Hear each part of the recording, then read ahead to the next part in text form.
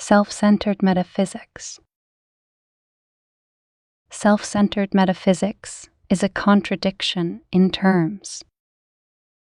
It's a curious and often unnoticed fact that most schools and teachings termed metaphysical place the major emphasis on more or less mundane egocentric concerns.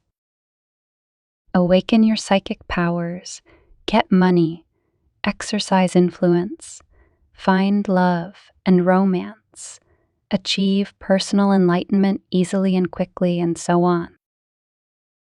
There is a broad spectrum of desire appeal in these that range from the supposed metaphysics of winning a lottery to subtler goals like general self-improvement and gaining knowledge.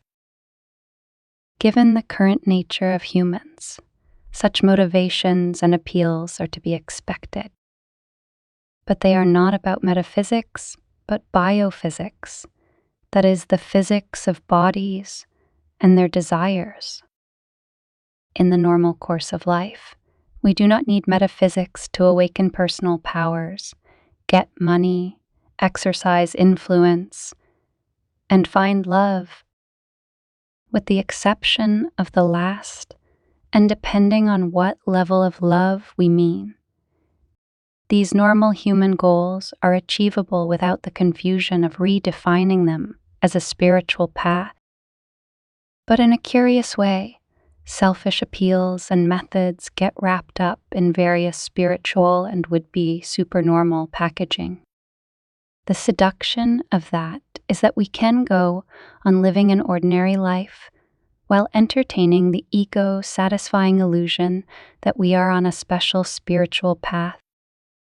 Goals like self-improvement, gaining knowledge, or getting clear of personality limitations can begin to shade up towards something spiritual, since they can support a healthy and more integrated personality. And we need some measure of progressive normalcy before we can expect safe progress toward the spiritual or supernormal. Our practical pursuits are useful training and help to develop faculties in us that are a fitting prelude to spiritual progress. And moving toward the future, our earthly abilities lend themselves to use on higher turns of the spiral of life.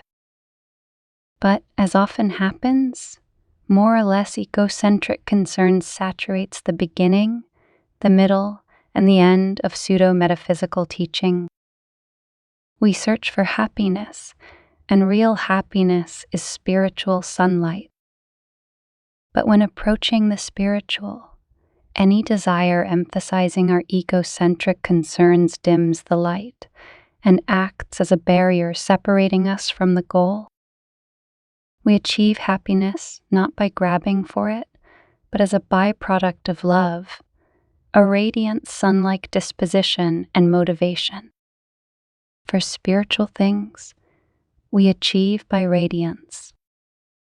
But the ego in us is not radiant, not giving. It is like a grasping hand, whereas the higher symbol is an open hand.